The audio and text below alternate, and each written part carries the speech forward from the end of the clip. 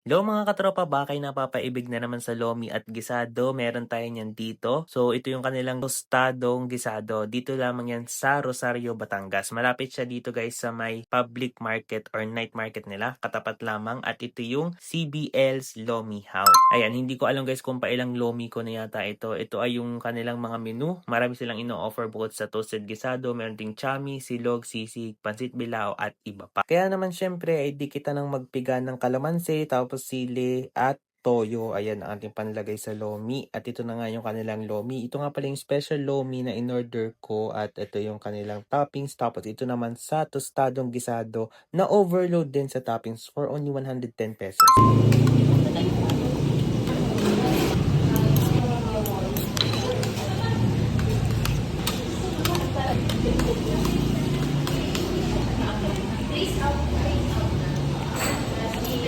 Ayos yan.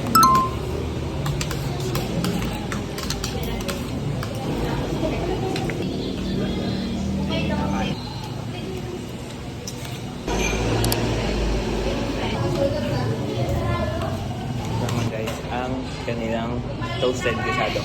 Tikman natin.